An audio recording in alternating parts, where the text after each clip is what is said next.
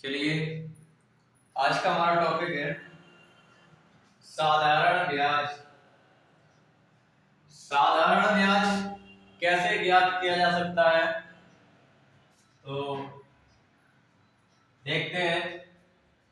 मैंने कुछ अपने ब्लैक बोर्ड पर यानी व्हाइट बोर्ड पर कुछ महत्वपूर्ण सूत्र लिखे हैं, आप लोगों को भी दिख रहे होंगे। ये इन्हीं सूत्रों के जरिए से हम साधारण ब्याज ज्ञात कर सकते हैं, साधारण ब्याज भी ज्ञात कर सकते हैं, समय, मूलधन, दर और मिश्रधन भी ज्ञात कर सकते हैं।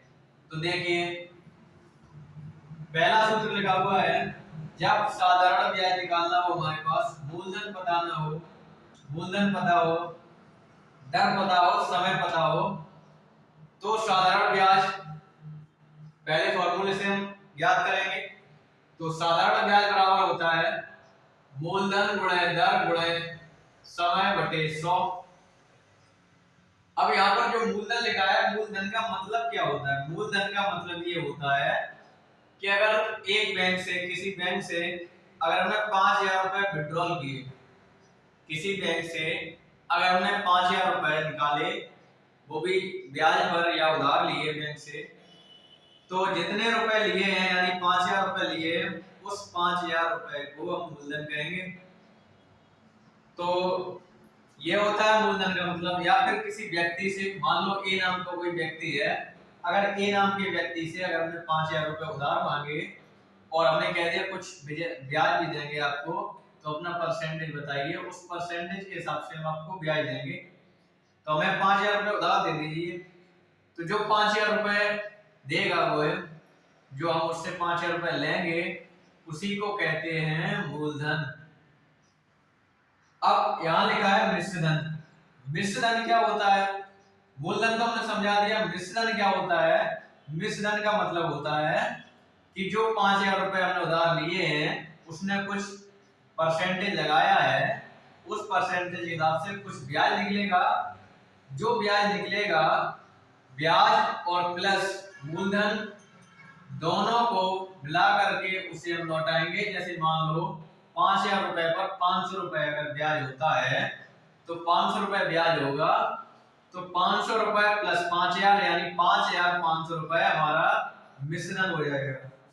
तो 5,500 रुपए हम उसे लौटाएंगे उस व्यक्ति को, ए नाम के व्यक्ति को, उसे कहते हैं मिश्रण। अब इधर लिखा है एक और ब्याज का सूत्र लिखा है, तो ब्याज का सूत्र लिखा है मिश्रण माइनस मूलधन। तो मिश्रण जैसे 5,500 रुपए था, अगर हम 5,500 रुपए में 5,000 रुपए घटा दें, तो ये 500 रुपए निकल के आएगा, वो हमारा ब्याज निकल के आएगा। और भी कुछ सूत्र लिखे हैं, जैसे मूलधन लिखा है, मूलधन बराबर ब्याज गुणे 100 बटे दर गुणे समय। जब हमें पता हो ब्याज की राशि और दर परसेंटेज दिया हो, समय भी पता हो, तो हम मूलधन कैसे निकालेंगे? तो सेकंड सूत्र निकालेंगे। दर का सूत्र दिया है, अगर दर पता ना हो तो दर बराबर होता है ब्याज गुणे 100 बटे मूलधन गुणे समय। अगला सूत्र है समय बराबर ब्याज गुणे 100 बटे दर गुणे मूलधन।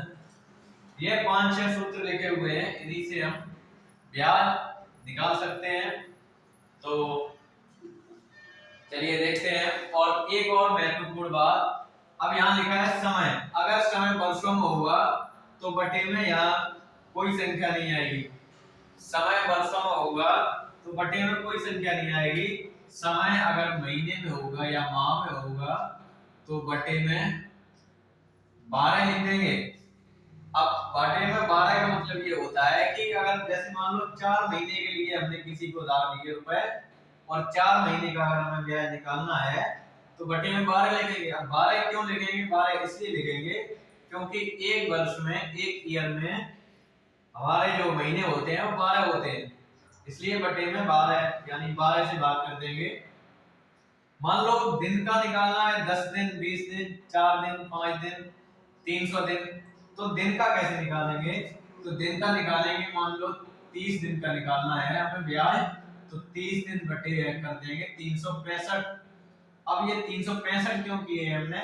365 हमने इसलिए किए हैं क्योंकि एक साल में 365 दिन होते हैं, तो 365 का भाग दे देंगे। चलिए हमारा पहला सवाल होगा। चलिए हमारा पहला सवाल लिखा हुआ है 10,000 रुपए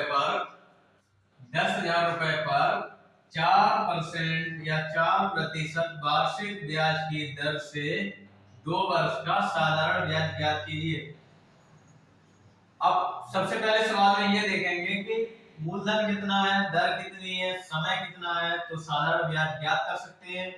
जो पूछा गया है सवाल में साधारण ब्याज ज्ञात कीजिए, तो देखते हैं। साधारण ब्याज का सूत्र होता है हमारे पास, अभी हमने बताया था कि साधारण ब्याज बराबर मूलधन गुणे दर गुणे समय बटे 100। अब मूलधन दर समय लाएंगे तो सवाल में देखेंगे कि हमारे पास मूलधन कितना है, दर कितनी है और समय कितना है। तो मूलधन हमारे पास है 10,000 रुपए और दर है 4% और समय है 2 वर्ष। यहाँ समय वर्षों में दिया है तो बटे में कुछ नहीं लिखेंगे, ऐसे ही सादा छोड़ देंगे। अब ये कैसे पता होगा कि मूलधन 10,000 ही है, तो जिस राशि पर जो परसेंटेज या वर्ष लगाया जाता है उसी राशि को मूलधन कहेंगे। तो मूलधन गुणे दर गुणे समय बटे 100 लिखा हुआ है। मूलधन हमारा है 10,000 रुपए, गुणे दर है 4%, समय है 2 वर्ष बटे 100। 10,000 गुणे 4 गुणे 2, तो 4 दूनी होते हैं 8 और 8 का 1 गुणा कर देंगे, ये हो जाएंगे 80,000 बटे 100। 100 का भाग दे देंगे या 2 जीरो से 2 जीरो खत्म हो जाएंगी, हमारा आंसर आ जाएगा 800 रुपए। इस तरह से सवाल सॉल्व हो जाएगा और साधारण ब्याज पता चल जाएगा। चलिए देखते हैं अगला सवाल। चलिए अगला सवाल है 15,000 रुपए पर 5% वार्षिक दर से 2 वर्ष का मिश्र धन ज्ञात कीजिए। इस सवाल में हमने पूछा है कि मिश्र धन ज्ञात कीजिए, तो मिश्र धन का सूत्र होता है, मिश्र धन का सूत्र होगा मिश्र धन बराबर मूलधन प्लस ब्याज। मूलधन अब हमारे पास कितना है, तो हमने अभी बताया है कि जिस रुपए पर बात हो रही है वही हमारा मूलधन होगा। तो 15,000 रुपए पर बात हो रही है तो 15,000 रुपए हो जाएगा हमारा मूलधन। अब ब्याज हमें पता नहीं है तो पहले ब्याज निकालेंगे हम। तो सवाल में दिया है मूलधन, मूलधन बराबर हमारे पास है 15,000 रुपए। 15,000 रुपए पर निकालना है ब्याज, 15,000 रुपए दर दी है 5% और समय दिया है 2 वर्ष। यहां भी वर्षों में बात हुई है तो ब्याज निकालेंगे, साधारण ब्याज निकालेंगे। सूत्र होता है मूलधन गुणे दर गुणे समय बटे 100। मूलधन हमारे पास है 15,000 रुपए, दर हमारी है 5%, समय में हमारे पास है 2 वर्ष बटे में 100। इनका आपस में गुणा कर देंगे। 15,000 का गुणा 5 में करेंगे, फिर 2 में करेंगे तो 5 दूनी होते हैं 10 और 10 का गुणा हम 15,000 में कर देंगे तो ये हो जाएंगे 1,50,000 बटे 100। 100 का भाग दे देंगे तो जो 2 जीरो से 2 जीरो खत्म हो जाएगी, ब्याज हमारा निकल के आ जाएगा 1,500 रुपए। तो 15,000 रुपए पर 5% वार्षिक दर से 2 वर्ष का मिश्र धन पूछा है तो अभी तक हमने ब्याज निकाल लिया है। मूलधन बराबर 15,000, दर बराबर 5%, समय बराबर 2 वर्ष। साधारण ब्याज निकालेंगे तो मूलधन गुणे दर गुणे समय बटे 100।